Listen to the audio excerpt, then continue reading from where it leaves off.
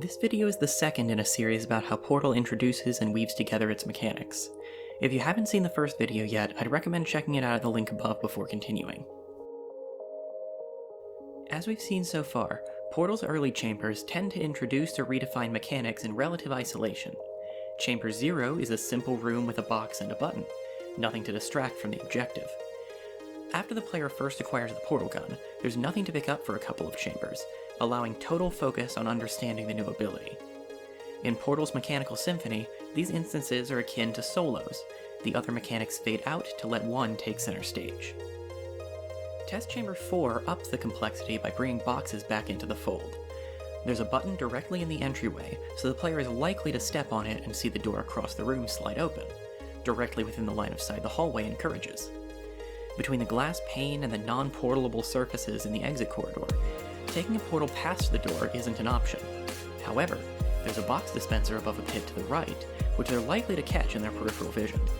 By this point, they know how to put boxes on buttons, and the only new wrinkle is their own control over the blue portal. Chamber 5, in turn, adds a second box to the mix. This is getting out of hand. Now there are two of them. It's not a major shakeup to the existing mechanic, but it is a signal that puzzles aren't limited to just one at a time. The room's centerpiece is the pair of buttons linked to the door, which must be pressed simultaneously for it to open. To complicate things, the orange portal is on an elevated platform, requiring the player to use their portal to reach it. The elevation serves as both a vantage point for the broader chamber and an obstacle to prevent a half solution.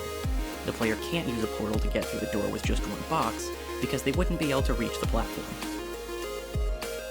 With the first quarter of the game out of the way, I'd say it's about time we talk about another aspect of Portal's design. Test chambers come in pairs, one to introduce and one to extend understanding. In Chambers 0 and 1, the room with a box, button, and door is expanded by separating each element into a discrete area accessible with portals. 2 and 3 provide the portal gun and demonstrate the way it changes the player's mobility. Then 4 and 5 mix the portal gun with boxes before making each more complex. Each piece is a two-part lesson, teaching a concept and testing mastery before proceeding, and the next chambers are no exception. Test Chamber 6 is quite similar to Chamber 0. The room is entirely focused around a new mechanic, namely the energy pellet emitter and its associated receptacle. The emitter produces a ball of energy, which travels in a straight line and bounces off of any surface it hits until it reaches the receptacle, after which it activates something. The catch is that it will instantly kill the player on contact, preventing them from redirecting it with their body. However, the solution in this chamber is neatly spelled out. The orange portal is directly in the path of the energy pellet, and the receptacle projects a spotlight on the surface immediately ahead of it, exactly where the blue portal must go.